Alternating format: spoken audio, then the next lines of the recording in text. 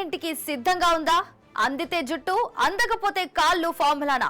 Congress party మంత్రి కొండా సురేఖపై వేటు వేయకపోతే కాంగ్రెస్ లోనే కొనసాగడం, లేదంటే ఏం చేయాలనే దానిపై ప్లాన్ బి ఇప్పటికే రెడీగా ఉందా?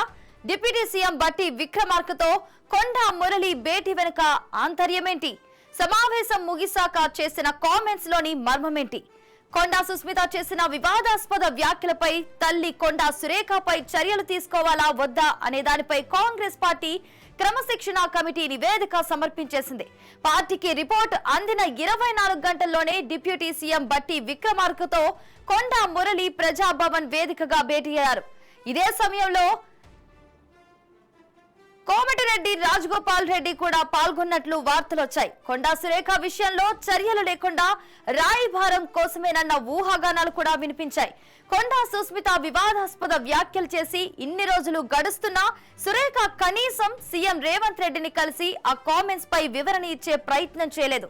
బెంగళూరు వెళ్లి మరి కాంగ్రెస్ జాతీయ అధ్యక్షుడు ఖర్గేను కలిసి వచ్చారు తప్ప రాష్ట్రంలో ఎవరిని పట్టించుకున్నట్లుగా కనిపించడం లేదు. అయితే ఇప్పుడు బట్టిని కలవడం, ఆయనతో భేటీ కోసం కొద్ది రోజులుగా ప్రయత్నాలు చేస్తున్నట్టు వార్తలు రావడం చూస్తుంటే సుస్మిత కామెంట్ చేసినట్టు అచ్చ కాంగ్రెస్ పచ్చ కాంగ్రెస్ భేదాన్ని పాటిస్తున్నారా అన్న అనుమానాలు వ్యక్తమవుతున్నాయి.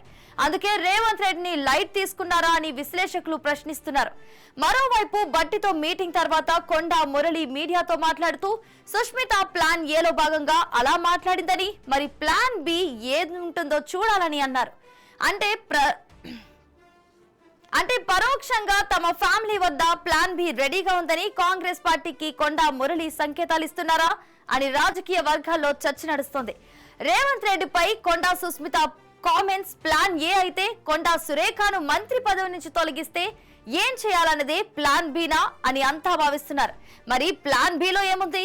బట్టితో ఏం చర్చించారు? తమకు గాంధీ కుటుంబంపై గౌరవం ఉందని, కాంగ్రెస్ పార్టీలోనే కొనసాగుతామని కొండా మురళి చెబుతున్నారంటే సురేఖపై వేటు పడితే ప్లాన్ బిలో భాగంగా ఒరిజినల్ కాంగ్రెస్ ను ఏకం చేస్తారా, లేక మరేదైనా వ్యూహం ఉందా? పార్టీ మారే ఆలోచన ఉన్నట్టా లేనట్టా? కాంగ్రెస్ పార్టీలో అసలేం జరగబోతోందనేది కాలమే డిసైడ్ చేయాలి. ప్రియాంక గాంధీ మీద సంపూర్ణ విశ్వాసం ఉంది. మీరేం దీన్ని ఆతృతగా తీసుకోవాలి సార్. బట్టి సార్తో నిన్నటి నుంచి కూడా నిన్ననేం లేదు. మీతో పాటు రాజగోపాల్ రెడ్డి గారు అట్లే ఉత్తమ్ కుమార్ రెడ్డి కూడా కలిశారు కదా, ఏంటి అసలు ఏం లేదు. బాగున్నాం అన్న అంటే బాగున్నాం అనుకున్నాం, మాట్లాడినాం, వచ్చినాం అంతే. అంటే తాజా రాజకీయ పరిణామాలు ఏమి రాలేదా? ఏం దాన్ని డిస్కషన్ నేను చేయలేదు, దానికి నాకు సంబంధం లేదు. అది నా బిడ్డ ఇష్యూ. 35 సంవత్సరాలు ఉన్నాయి దానికి, ఇలా దాని బిడ్డకు 15 సంవత్సరాలు ఉన్నాయి, వాళ్ళ ఇష్యూ.